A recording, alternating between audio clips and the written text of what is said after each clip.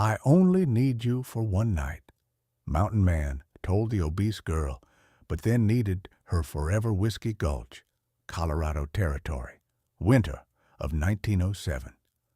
Snow fell in thick, swirling sheets, turning the narrow main street into a white blur.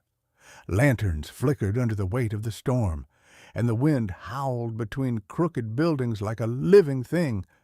But the worst thing in that street wasn't the cold. It was the laughter. 3 drunk men had cornered a woman against the side of the general store, their rough hands clawing at her torn dress. Passers-by slowed to watch, some with curiosity, some with cruel amusement. No one stepped in. No one even looked away. "Look at the fat hog squealing," one man jeered, breath reeking of whiskey. "Think anybody else is going to want you after tonight?" "Please," she sobbed, clutching at what remained of her bodice. "Please, stop. I have to get home to my sister. She's sick. I just need—" "Did you hear that?" Another sneered. "The cow thinks she's too good for us." They shoved her back against the wall, her shoulder cracking hard against the boards. Snow melted on her cheeks, where tears ran hot and desperate. Her name was Prudence Ashford, 28 years old, 5'6" and nearly 260 pounds. Brown hair tumbled from the bun that had been neat an hour ago, blue eyes red-rimmed from crying.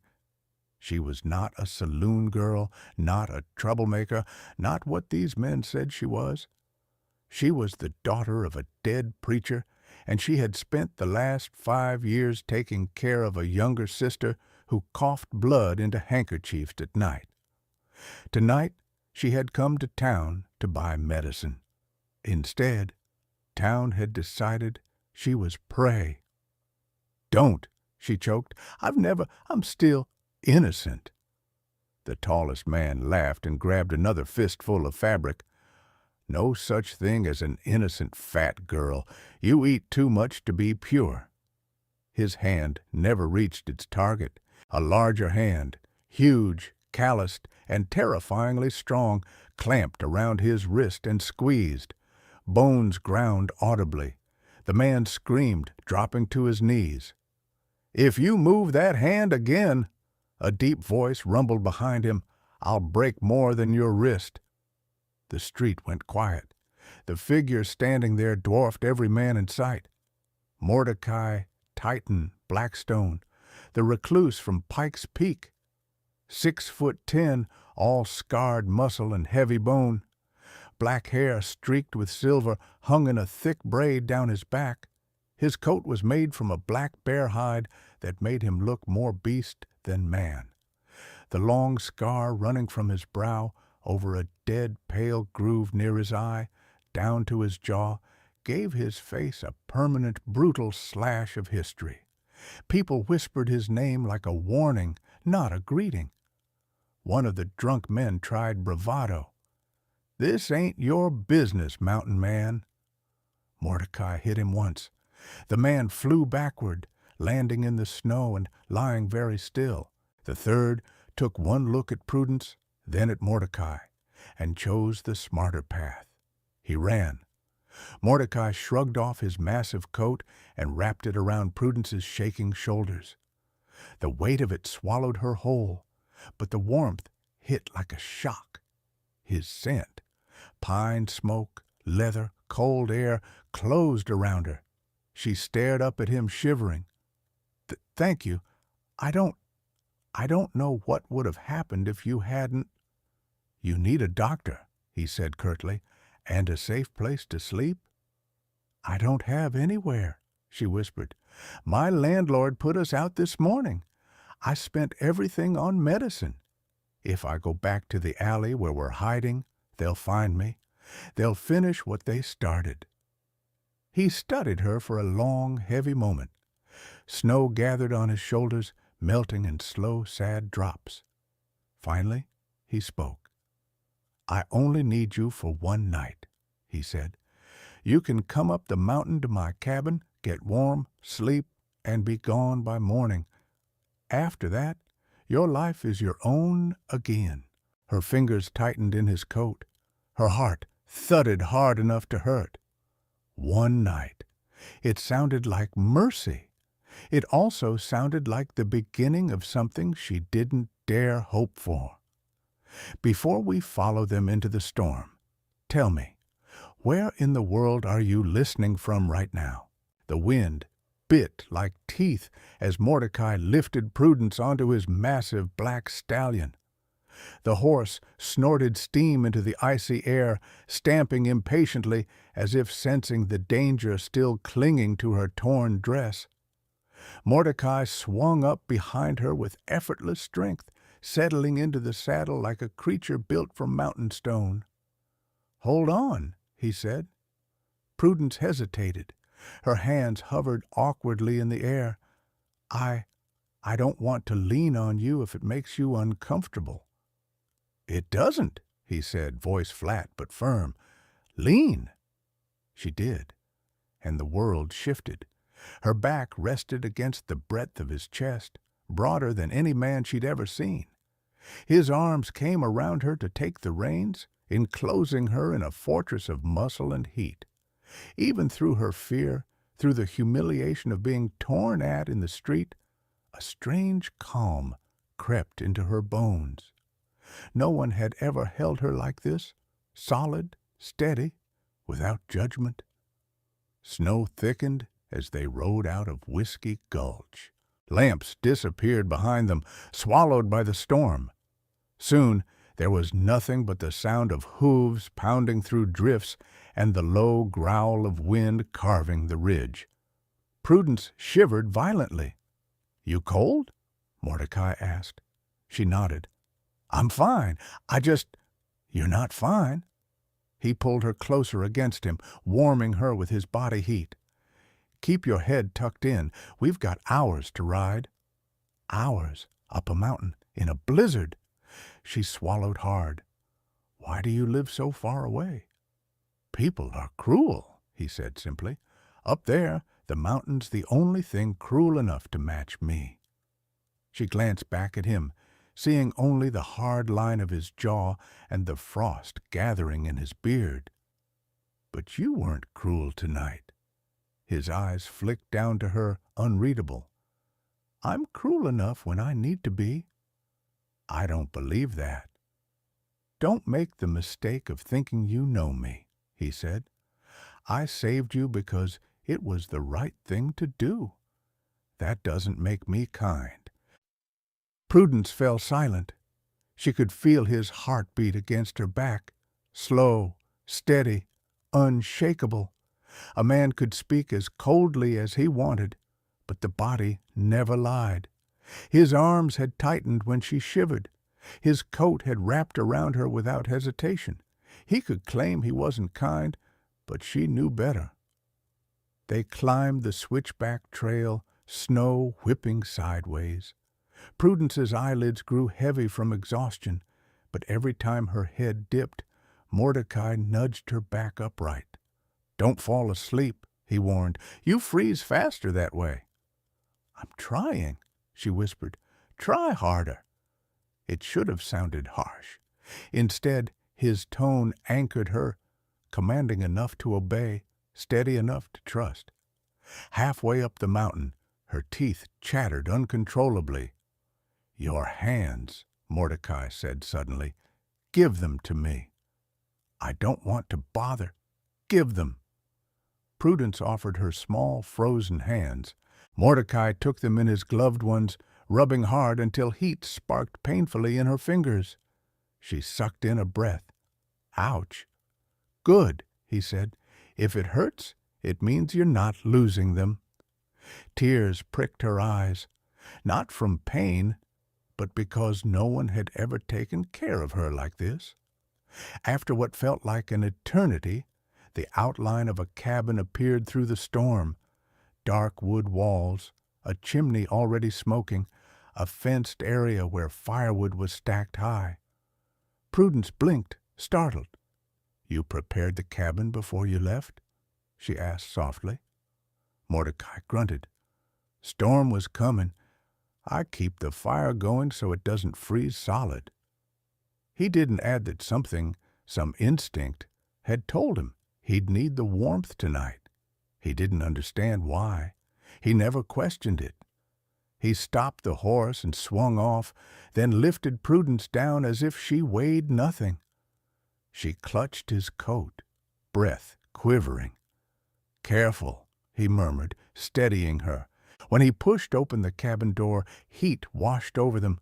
A large hearth glowed with orange embers. Animal pelts lined the floor. The room was sparse but sturdy, built for survival, not comfort.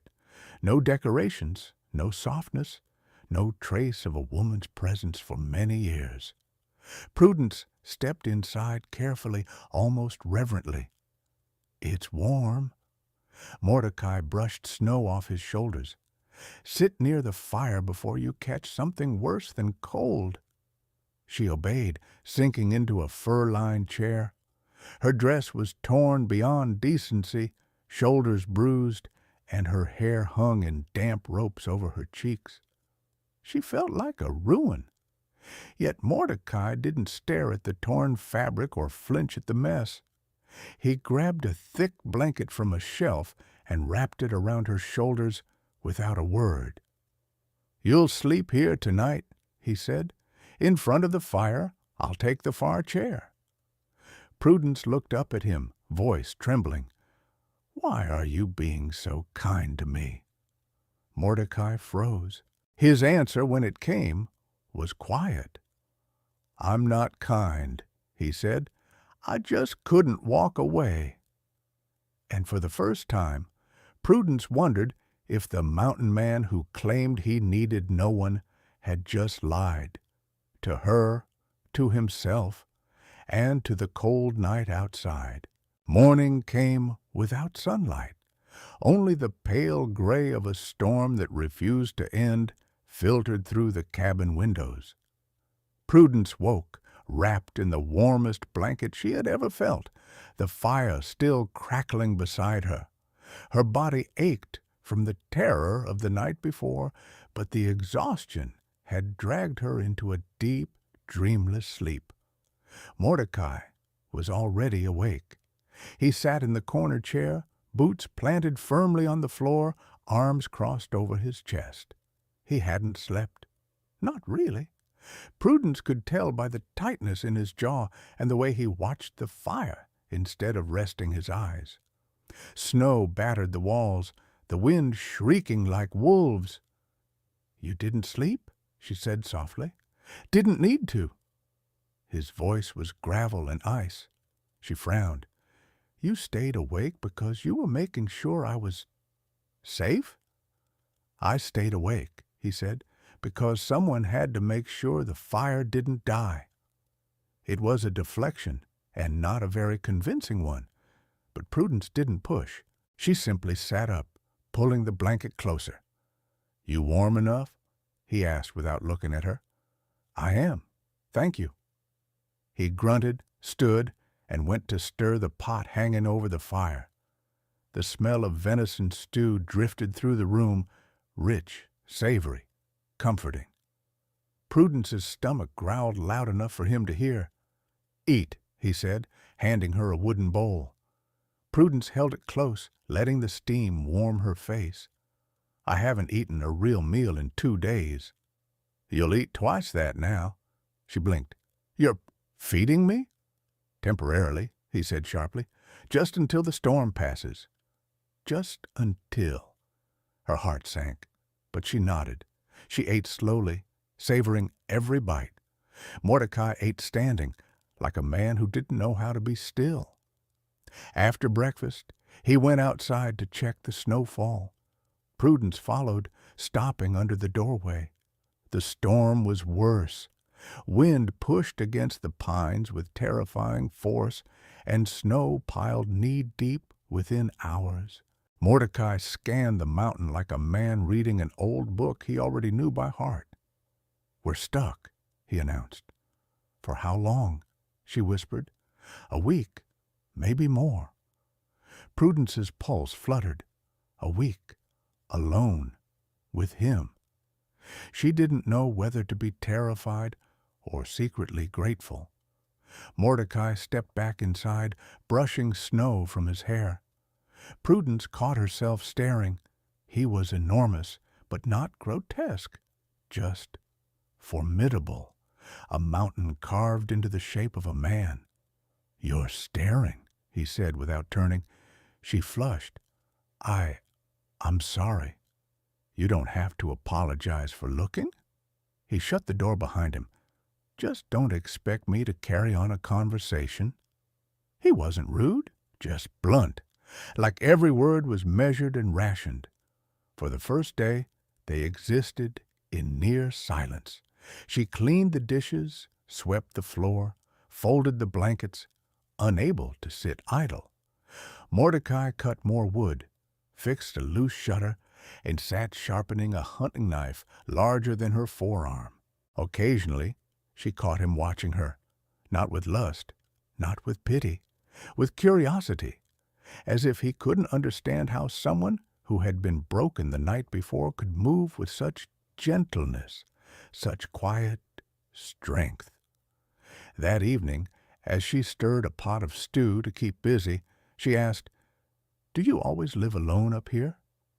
12 years, he replied. 12 years? Her voice lowered. That must be very lonely. Mordecai didn't answer right away.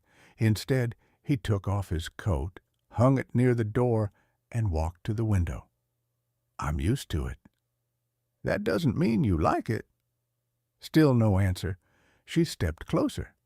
"Did something happen? Something that made you leave people behind?" He stiffened. Prudence instantly regretted her question. "I'm sorry. You don't have to answer. I shouldn't have." "My wife died on this mountain," he said quietly. Prudence's breath caught. The emotion in his voice wasn't anger. It was something deeper, older, a wound carved into stone. "I'm so sorry," she whispered. "Don't be." His eyes remained fixed on the storm outside. The world didn't take her. She gave everything she had trying to bring our child into it. Both of them rest out there under the oldest tree on the ridge. The cabin felt suddenly smaller, the fire suddenly warmer, the silence suddenly heavier. Prudence reached out, placing her hand gently on his forearm. His muscles tightened under her touch, then slowly relaxed. "You must miss them terribly," she said. "Every sunrise," he murmured. She didn't let go. "No one deserves to carry grief alone." Mordecai looked at her then, really looked.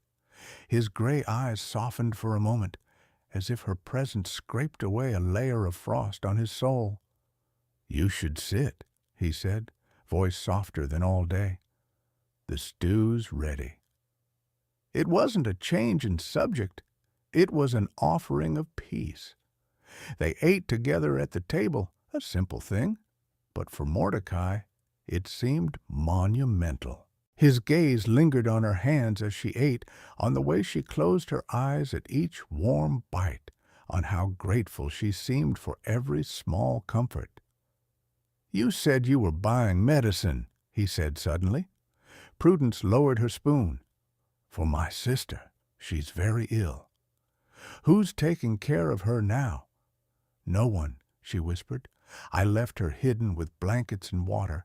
I was only supposed to be gone an hour. If I don't get the medicine back, she may not survive the week." Mordecai stared at her, something shifting in his expression. The mountain storm no longer mattered. The distance no longer mattered. Her fear no longer mattered. "You should have told me," he said, pushing back from the table. "When the storm breaks, we're going to get her." "Not you. We." Prudence pressed a hand to her chest, breath trembling. Why was this man, this solitary, grief-scarred giant, starting to care, and more terrifying still? Why was her heart beginning to hope for something she didn't think she deserved? The storm did not ease for the next 3 days. Snow rose almost to the windowsills, and wind battered the cabin until it shuddered like a living thing. But inside, warmth gathered, not just from the fire, but from two people who had never imagined sharing space with anyone again. Prudence woke earlier each morning, the blanket still wrapped around her shoulders. She wasn't sure when it had become a routine, but Mordecai always rose before dawn, stoked the fire, and quietly draped the blanket back over her before stepping outside to check the snow. She pretended not to notice. She didn't want him to stop. That morning, when he returned with arms full of freshly chopped wood, she hurried to the hearth. "Let me help," she said. "You don't need to." "I want to." He hesitated, then set the logs down beside her. She arranged them neatly, brushing wood dust off her dress. Mordecai stood a moment longer than necessary, watching her hands move. "You've cleaned the whole place again," he said. "It needed it." "It didn't." Prudence smiled softly. "I like making a place feel alive." Mordecai's gaze flickered around the cabin, the swept floor, the folded furs, the fresh herbs she had hung near the kitchen to dry.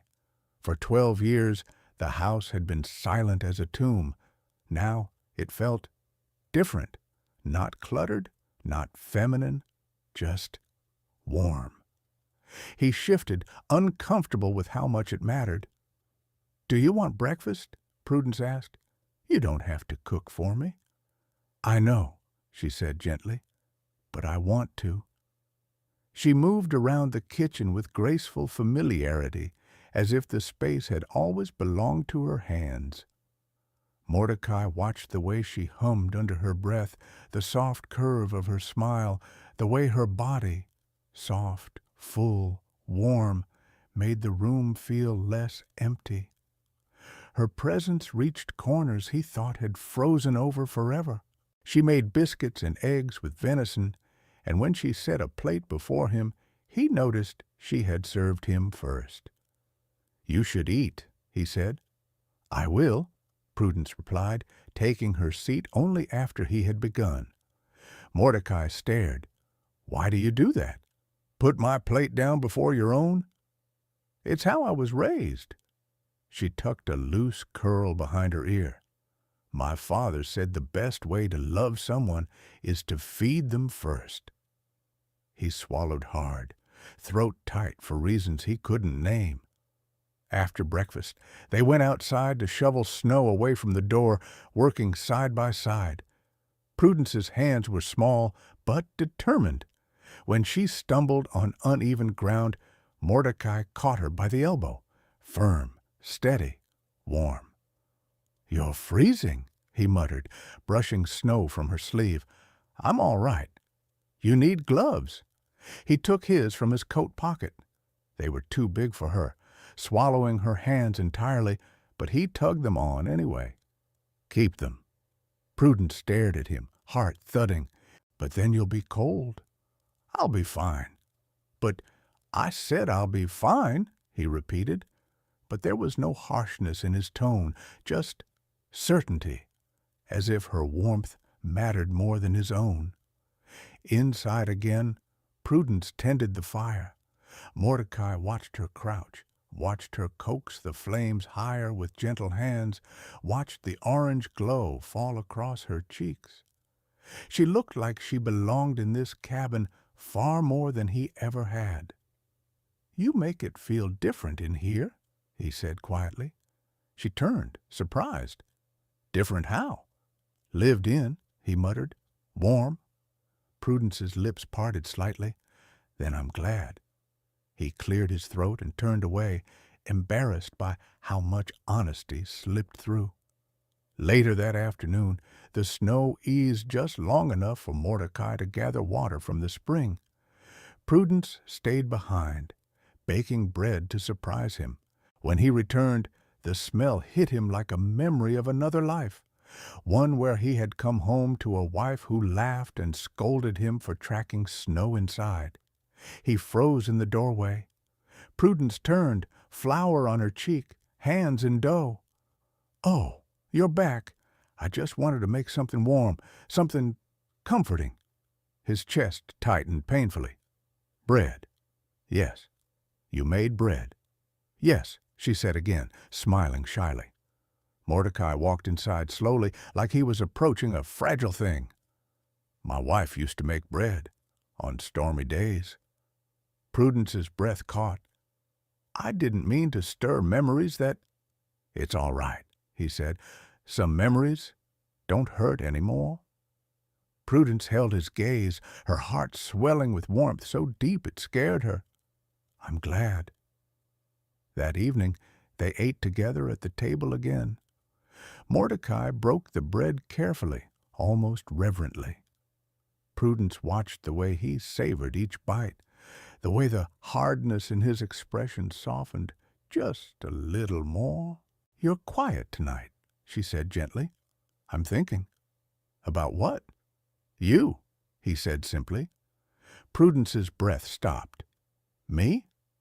Mordecai set his fork down, eyeing her with an intensity she felt in her bones. "You came here terrified, broken, and in a few days you've cleaned my home, warmed it, fed it, breathed life back into it as if it had been yours for years." His voice lowered. "You've changed the air in here." Prudence felt tears pricking her eyes. "I didn't mean to—" "Don't apologize," he cut in softly. "It's not a complaint." Silence fell, not cold or uncomfortable, but charged with something neither of them wanted to name out loud. After dinner, Prudence mended one of Mordecai's shirts with thread she found tucked away in an old drawer. Mordecai sat across from her sharpening his axe, but his eyes drifted to her more than the blade. "You sew," he observed, "a little. You fix things." "I try." "You fixed more than this shirt," he said under his breath.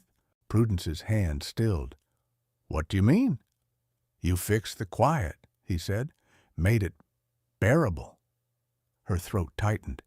She didn't speak because she couldn't, not without crying. Before bed, Mordecai spread fresh furs near the fire for her, arranging them with surprising care. "You'll sleep warmer this way," he said. "What about you?" "I'll be fine on the chair." Prudence swallowed, watching him. The man who claimed he needed nothing now built her a bed as if she mattered. "Thank you," she whispered. He nodded once, avoiding her eyes, then turned away. But Prudence didn't miss the way his shoulders relaxed just a little when she settled into the furs, or the way he checked the fire 3 extra times before sitting down, or the way he watched her long after she fell asleep, as if trying to understand how she'd slipped past every wall he'd spent 12 years building. The storm finally broke on the 5th morning. Snow no longer fell in furious sheets, but in soft, drifting flurries that sparkled like glass dust under the pale sun. The world was silent, too silent, as if the mountain itself was holding its breath. Prudence stepped outside with Mordecai, her boots sinking deep into the white blanket. She pulled the fur-lined coat he'd loaned her tighter around her shoulders, shivering as the cold kissed her cheeks. "How far is the trail to the bottom?" she asked. 40 minutes, he replied, "if the snow hasn't buried it."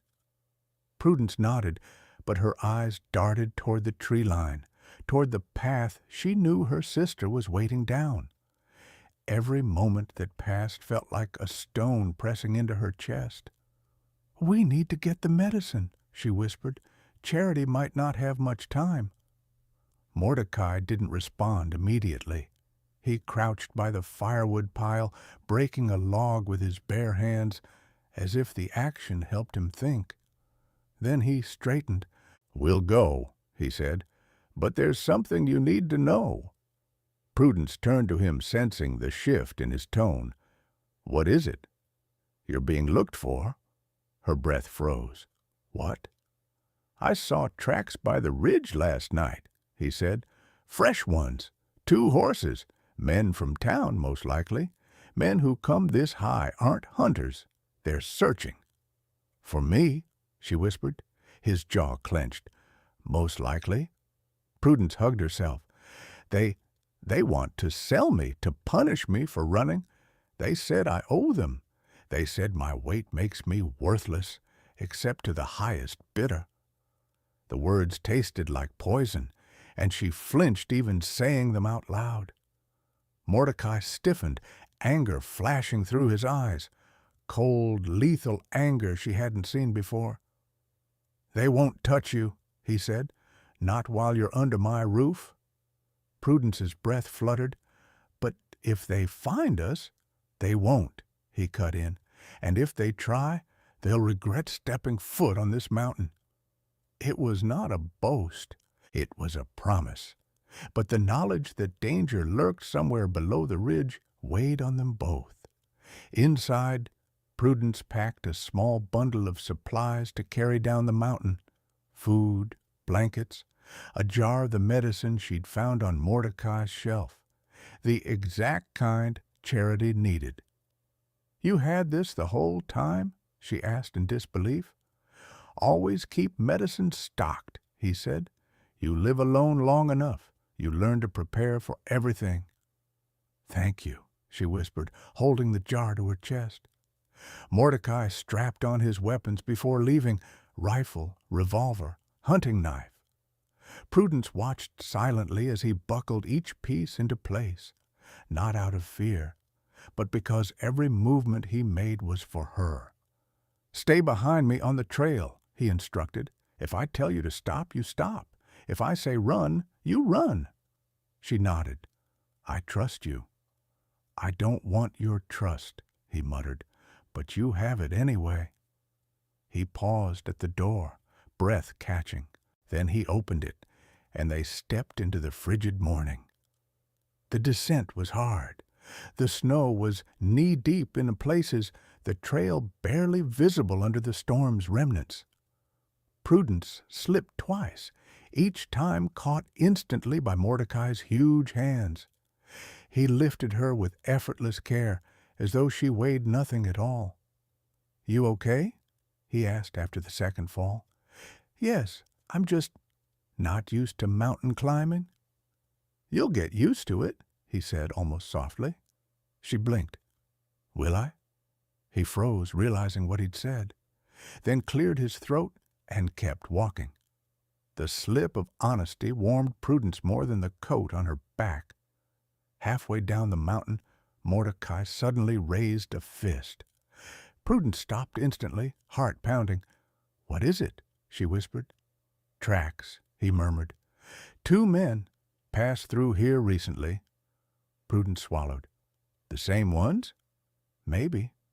Are they waiting for us?" "I don't know." He studied the trees, the snow, the silence.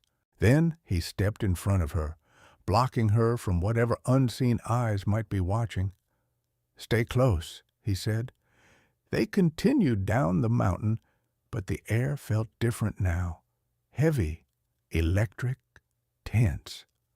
When they reached the base, Prudence broke into a run, racing toward the abandoned shed where she'd hidden Charity. Mordecai followed, scanning every direction. "Charity!" Prudence called, voice trembling. No answer. Her heart cracked. "Charity!" she cried again, pushing into the shed, and froze. Charity lay curled in a nest of blankets, pale and shivering, eyes fluttering open at the sound of her sister's voice. Prudence," she whispered. Prudence fell to her knees, pulling the frail girl into her arms. I'm here now. I'm so sorry." Mordecai stood at the doorway, watching quietly, his broad frame blocking the cold wind. Prudence gave Charity a spoonful of medicine, then more. Slowly, the girl's breathing eased. Color returned to her cheeks. "She'll be all right," Prudence whispered. "Thank heavens!" But when she turned, Mordecai was no longer watching them.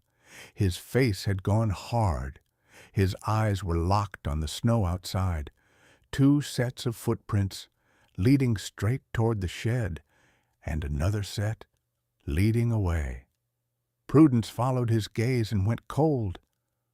"They were here," Mordecai said. "2 men, and they know you're alive." Prudence clutched her sister tighter. "What do we do?" Mordecai stepped forward, towering, terrifying, resolute. "We take her to my cabin," he said, "where I can protect both of you. But they'll follow us. Let them." He checked his rifle, eyes narrowing. "They want to take you?" he said, voice like thunder rolling over stone. "They'll have to go through me first." Prudence stared at him. This man who had sworn he needed her for one night only. Yet now he was ready to fight the world to keep her safe. The sky darkened early that afternoon, thick clouds rolling over the mountain peaks like bruises spreading across the heavens. Prudence carried Charity on her back while Mordecai cleared a path through the snow, his broad frame shielding them from the bitter wind. The climb back toward the cabin was slow and punishing, but Prudence refused to let her sister go for even a moment. "Almost there," Mordecai said without turning. His voice was low, steady, but Prudence heard something underneath it, an unease he couldn't hide. He'd sensed danger long before she had. He always did. By the time they reached the clearing, the sun had slipped behind the ridge. A thin line of smoke rose from the chimney. Mordecai had left the fire burning before they went down the mountain. The sight should have brought comfort, but Mordecai suddenly lifted a hand, stopping Prudence in her tracks. "What is it?" she whispered. "Tracks," he murmured. "Boot prints, 2 sets, fresh." Prudence's breathing stopped. "They followed us," she whispered. "They were ahead of us," Mordecai corrected. "Waiting." Before she could respond, a voice cut through the cold air, smug, cruel, unmistakably familiar. "Well, well, took you too long enough." Prudence spun around, nearly collapsing from terror. Standing between the trees were the 2 men she dreaded most, the debt collectors.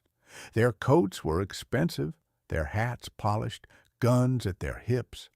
Their expressions were the same ones they wore the night they told her she'd be sold to the highest bidder. "Prudence Ashford," the taller one drawled, "you've made quite a mess for yourself." Prudence instinctively pushed Charity behind her. "Leave us alone," she said, though her voice shook. The shorter man grinned.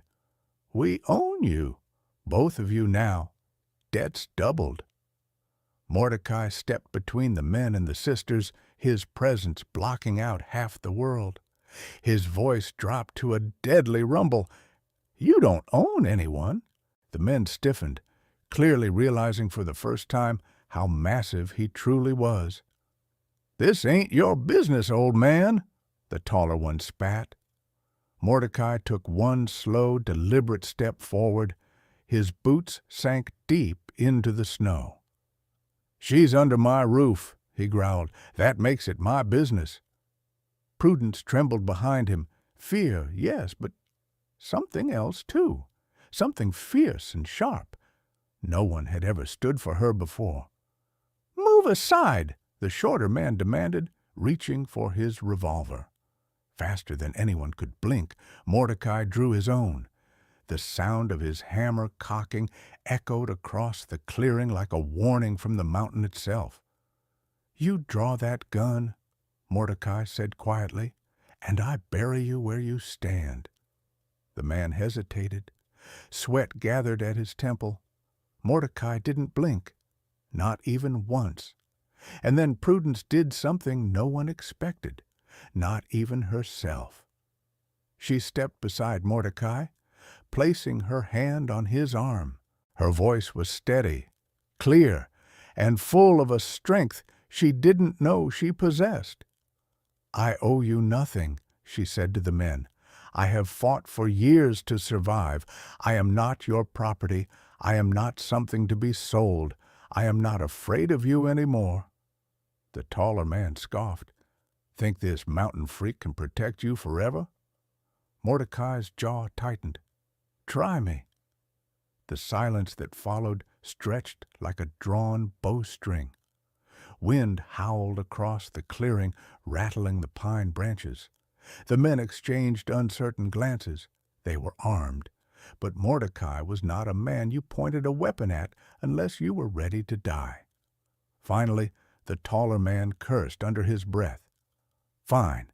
Keep your fat charity case." He turned to leave, but shot Prudence a venomous glare. "We'll be back." Mordecai stepped forward. "Don't." The man froze.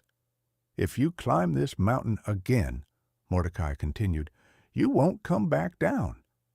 This time there was no doubt in his voice. It was a verdict. The men retreated into the trees, muttering threats they no longer had the courage to enforce.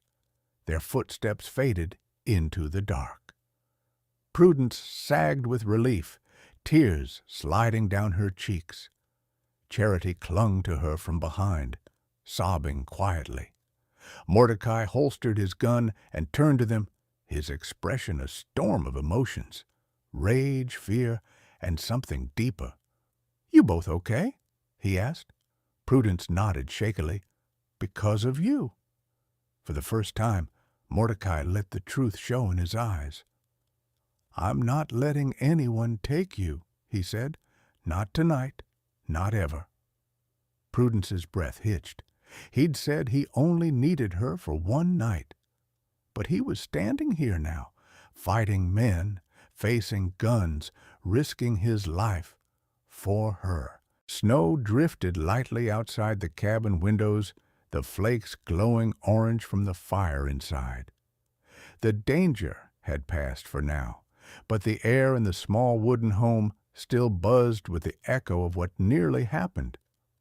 Prudence helped Charity settle into Mordecai's bed, tucking her beneath thick quilts until her breathing evened out. When she stepped back into the main room, Mordecai was standing near the fire, staring into the flames. The light cast long shadows over his massive frame, the scars on his face catching faint glimmers of gold. He didn't turn when she approached. "You should rest," he said quietly. "You've had a hard day." "So have you." He didn't answer. His shoulders stayed stiff, unmoving, as if the weight of the entire mountainside pressed down on them. "Mordecai," Prudence whispered. At her voice, he finally turned. The expression she found on his face unsettled her, not because it was harsh or cold, but because it was open, raw. "You shouldn't have stood in front of me today," he said. "If they'd shot, you would have taken the bullet for me," she replied softly. His jaw clenched. "That doesn't matter." "It matters to me." He took a step toward her. The floorboards creaked under his weight. Another step, then another. He stopped only when he stood close enough for her to feel the heat radiating from his chest. "I told you," he said, voice hoarse, "that I only needed you for one night." Prudence's heart squeezed. She forced herself to meet his eyes, even as fear curled low in her stomach. "Yes, I remember." His breath shook. "That was a lie." Prudence blinked, stunned. Mordecai lowered his head, eyes burning with something that made her knees weaken. "I don't want you just for one night," he said. "And I don't want you to leave this mountain, not tomorrow, not ever." She stared at him, breath caught in her throat. "But you said—" "I said what I had to," he interrupted, "because wanting someone, needing someone, that's dangerous. It makes a man weak, makes him reckless, makes him willing to kill." His voice dropped to a dark whisper. "You saw that today?" Prudence took a shaky breath. "Mordecai, you're not weak?" His laugh was soft, bitter. "You saw how fast I was ready to spill blood for you. Does that look like strength?" "It looks like love." He went absolutely still. Prudence didn't back away. She lifted her hand, hesitant, trembling, and touched the rough line of the scar that crossed his cheek. His breath hitched sharply. "I was terrified today," she said, "but not of them." "Then what?" he whispered. "Of losing you." For a moment, neither of them moved. The fire crackled. The wind sighed against the door. Charity slept softly in the next room. Then Mordecai gently cupped her face in one enormous hand. His thumb brushed a tear she hadn't realized had fallen. "I don't know how to love gently, Prudence," he murmured. "I only know how to love with everything I have." Prudence leaned into his touch, tears shining in her blue eyes. "Then love me that way?" He bent his forehead to hers, breath trembling. "You're safe here," he whispered. "It's your home now, if you'll have it." Her answer was only a breath, but it carried the weight of her entire heart. "I will." Some stories don't end where the danger fades or where two people finally dare to hold each other close. They linger because they remind us of something simple and human, that even in the coldest places, warmth can be found, that even the most wounded hearts can learn to trust again. Mordecai and Prudence's journey isn't just about survival. It's about choosing love when the world insists you don't deserve it. Thank you for listening to this story. Tell me, where in the world are you hearing it from today? And if you still believe love can change a life, don't go far. The next story is already on its way to you.